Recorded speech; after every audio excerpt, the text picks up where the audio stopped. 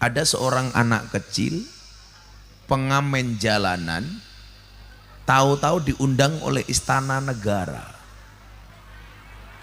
Hanya dengan satu lagu, ojo dibanding-bandingke. Terkenal, Farel Prayoga. Walaupun hari ini ada kesalahpahaman di media, Farel Prayoga dengan Gus Miftah terkait dengan agama. Katanya Gus Miftah intervensi agamanya Farel Prayoga. Fakta yang sebenarnya Bapak Ibu, saya pengajian di Banyuwangi, puluhan ribu orang yang datang cantik-cantik, beda di sini tua-tua.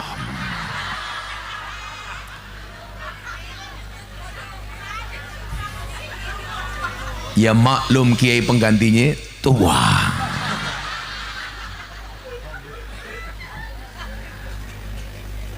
Nah, bintang tamunya Farel Prayoga.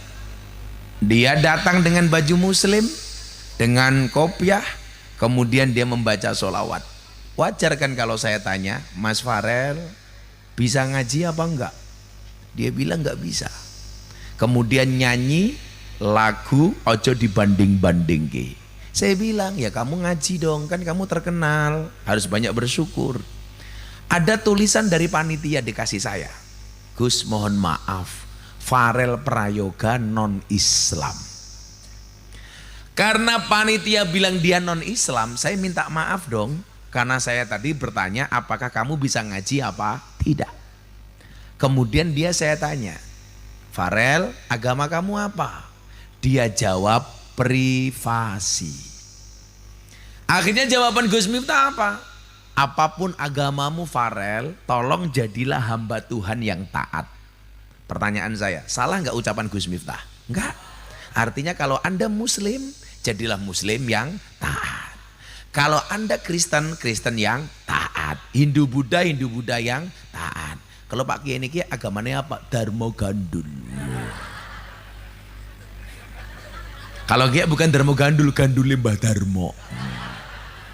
Nah, singkat cerita, muncul video itu beredar di media sosial, viral, FYP, trending Twitter. Ramai, saya dihujat. Akhirnya video itu mengalahkan lagu Begitu Sulit, Lupakan Silit. Kayak gitu ya, viral gitu loh. Persis, ya beda kan aku ganteng.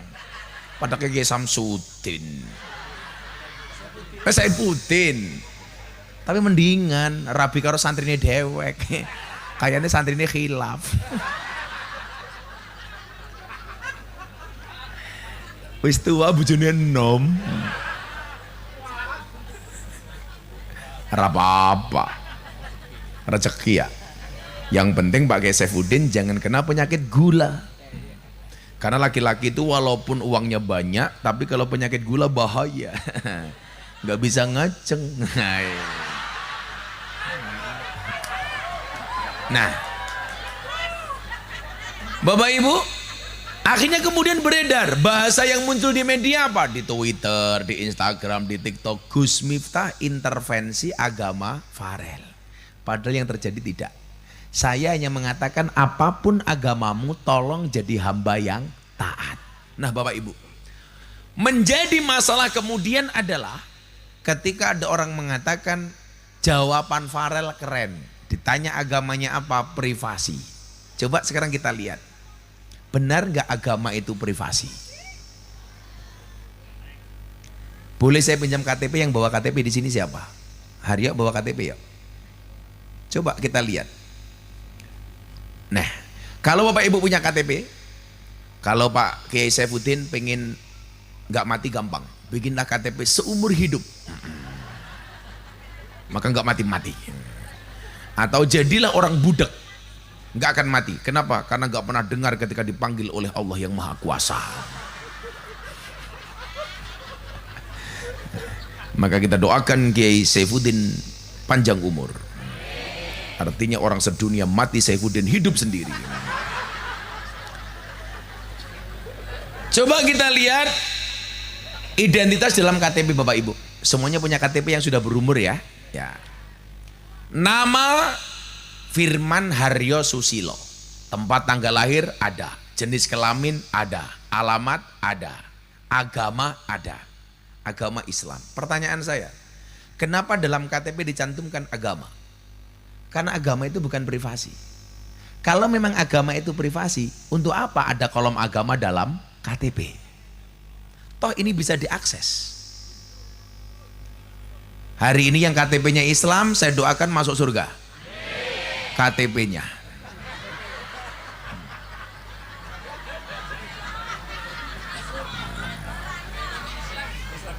Islam KTP. Maksud saya Bapak Ibu, Anda yang mengatakan agama itu privasi, monggo. Tapi kalau Gus Miftah mengatakan agama itu bukan privasi. Toh kemudian ayatnya dikatakan apa? Huwaladzi arsala rasulahu bil huda wa dinil haqq liyudhhirahu 'alad dini kullih walau karihal musyrikun. Yang namanya agama liyudhhirah, zahir. Ini disampaikan dok. Kan lumayan saya bawa KTP-nya Haryo. Kalau saya ke lokalisasi ketemu Telembok untuk jaminan. Nah, Bapak Ibu, kenapa dalam KTP dicantumkan kolom agama? Ini untuk antisipasi. Contoh, Bapak Ibu kecelakaan umpamanya di jalan, tabrak, umpamanya kayak gitu, tabrakan. Maka kalau dia meninggal atau dia sakit, yang dilihat biasanya apa Pak? KTP-nya. Kalau yang kecelakaan ini mati, dia mau dimakamkan secara Kristen, Katolik, Islam, Hindu, Buddha, Konghucu, itu berdasarkan kolom agama dalam KTP. Oh, siapa yang meninggal? Saudara Saifuddin, umpamanya. Dilihat KTP-nya. Oh, Islam. Berarti dia dimandikan secara Islam, dikafankan secara Islam, disolatkan secara Islam. Besok kayak Saifuddin yang sholat jenazah nganggur ruko, dosane oke. Jadi apa? Dilihat Pak. 1, 2, kalau Anda mau umroh, bikin visa. Orang non Islam tidak boleh masuk Makkah Madinah. Maka syarat pertama untuk umroh bisa masuk Makkah Madinah harus Islam. Itu dilihat dari apa? KTP-nya. Makanya kalau kemudian dikatakan agama itu privasi, saya nggak setuju. Tapi saya menghormati Anda yang mengatakan privasi. Kalau agama itu bukan privasi, tetapi kalau ibadah itu privasi. Seolah-olah kalau Anda itu mengatakan agama itu privasi, Anda bermasalah dengan agamamu. Kalau saya Pak, banggalah dengan kolom agama dalam KTP-mu. Nama Miftah Maulana Habibur Rahman, agama Islam. Saya bangga dengan KTP saya yang tertuliskan Islam. Anda orang Kristen umpamanya, Saverius, agama Kristen, bangga dengan KTP-mu. Kenapa kita malu? Maka waktu Menteri Dalam Negerinya almarhum Cahyokumolo, Gus, ini ada orang yang usul sama saya minta kolom agama dalam KTP dihapus saja. Bagaimana pendapat Gus Miftah? Saya bilang, akan saya jawab setelah minum kopi. Walaupun kopi gelas seperti ini, kalau di Jogja gelas angkringan.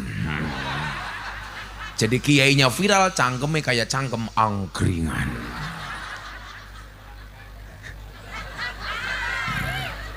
Wes kelong wes diombe Saifuddin apa ya? Wes adem, sangit.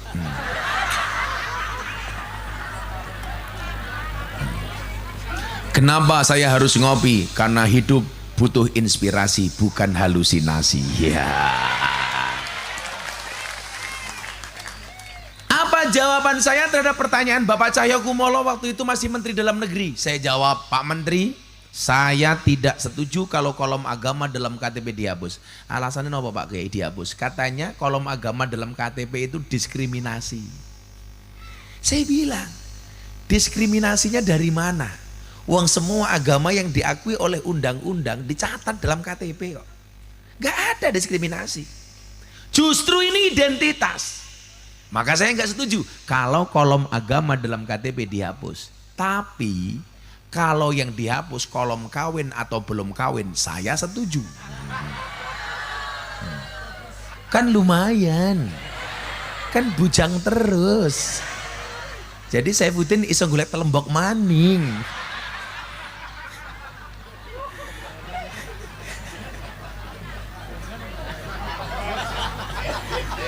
Inyongnya sayang temen karo wong tua kiye ya. Kayaknya dibanding-banding ke. Gagah pundi Saifuddin apa Gus Miftah? Enggak lepel.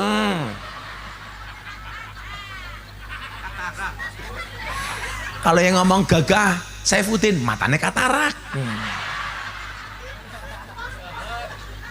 Nah, maka Bapak Ibu yang saya muliakan, ketika Allah mengatakan dalam Al-Quran inna dina indallahil Islam, ya kamu katakan apa agamamu? Islam. Bangga. Tapi dalam konteks Pancasila Anda tidak diperbolehkan menyalahkan agama orang lain. Makanya kemudian ayatnya mengatakan apa? Wala tasubbul ladzina yad'una min dunillah fayasubbullah adwam bighairi ilm. Janganlah kamu menghina sesembahan di luar Allah, maka orang-orang itu akan menghina sesembahanmu dengan tanpa ilmu. Sederhananya adalah kalau Anda pengen Islam tidak dihina, nak, jangan menghina agama non-Islam. Kalau kamu pengen Tuhanmu tidak dihina, jangan menghina Tuhan orang lain. Sampai Nabi mengatakan apa? Janganlah seorang anak menghina bapaknya sendiri. Siapa? Para sahabat bertanya, emangnya ada Nabi orang yang menghina bapaknya sendiri? Oh ada. Siapa dia? Orang yang menghina bapaknya orang lain, maka anak orang lain berpotensi menghina bapaknya sendiri. Jadi Bapak Ibu, saya bilang sama Mas Haryo, yang masuk Islam melalui Gus Miftah sudah 230 orang lebih. Terakhir anak dari Madiun 2 orang kakak adik agama Buddha ketemu saya 10 menit masuk Islam. Ternyata hampir 60% orang yang masuk Islam melalui Gus Miftah, dia tidak kenal Islam. Kayak orang Australia, orang Belanda, orang Jerman ateis. Saya tanya, ketika dia mengatakan sama saya, Gus Miftah, I will to be a Muslim. Kemudian saya tanya, why you will to be a Muslim? Do you know about Islam? No, I don't know about Islam. Terus kemudian saya jawab, if you don't know about Islam, why you will to be a Muslim? Masih utak murahnya ndak gitu. Mung domblong. Saya putih ora ngerti. Saya Inggris ya Pak Kiai. Bahasa Inggris itu gampang. Buku bahasa Inggrisnya buku jatuh ketebuk. Jam tangan bahasa Inggrisnya clock, jam tangan rusak clock. Kucing bahasa Inggrisnya cat, kucing sikile papat, cat bien. Cat bien. Kan dari dulu kakinya 4. Nah, guyune telat temen, offset. Liane wis mingkem baru inyonge wedi jangan-jangan kesurupan. Wis lemu temen. Sakawak bokong kabeh. Insyaallah. Shallu ala Nabi Muhammad. Nah, kayak orang Belanda ya, dia ateis, telepon video call sesaat setelah saya ceramah di gereja Jakarta Utara. 2 hari kemudian dia nyari saya, akhirnya ketemu saya dari Dubes Belanda, Dubes Indonesia untuk Belanda, video call sama saya, tak sahadatkan melalui video call Pak. Dia bilang, oi Bro Miftah, yes me, I will to be a Muslim, saya pengen jadi orang Islam. Saya tanya, do you know about Islam? Apakah Anda tahu Islam itu apa? I don't know, saya nggak tahu apa itu Islam. Kemudian saya jawab, if you don't know about Islam, kalau Anda tidak tahu tentang Islam, why you will be to be Muslim? Kenapa Anda pengen jadi orang Islam? Dia bilang apa? Saya pengen masuk Islam because your Islam is enjoy, relax and happy. Karena saya melihat Islam Anda menyenangkan. Islamnya Gus Miftah asik. Lah iya wong ganteng. padahkan Saifuddin. Ya beda.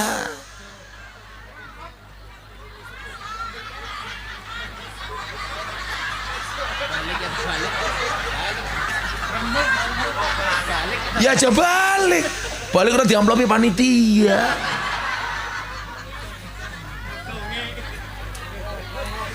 Tapi saya meyakini Pak Saifuddin ini orang baik, betul?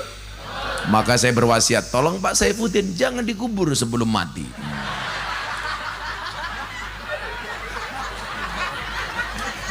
Pak Saifuddin tolak-tolak karo kancane sambil ngomong kayak gini, matane. Ya Allah, I love you full Pak Saifuddin. Nah, maka Bapak Ibu, bangga dengan agama itu bagi saya wajib. Memang ada periodisasi dakwah di mana Kanjeng Nabi dakwah secara sir, baru kemudian jahar. Kapan dakwah Nabi Muhammad sir? Ketika awal dia menerima risalah. Karena kalau langsung terang-terangan akan dimusuhi banyak orang kafir saat itu. Maka dia sembunyi-sembunyi. Ngajak satu orang. Tapi begitu kemudian Islam sudah mulai besar, Allah mengatakan kepada Muhammad, sampaikan. Lah, posisi kita di mana, Bapak Ibu? Yuk, coba ingat kalimat saya, dakwah itu bukan profesi, tapi apapun profesimu kamu harus berdakwah. Tukang sound system, bagaimana dakwahnya? Dengan menyediakan sound system yang baik untuk pengajian. Alhamdulillah setelah beberapa hari, ini termasuk sound yang paling baik yang saya temui. Yang kurang baik kopinya.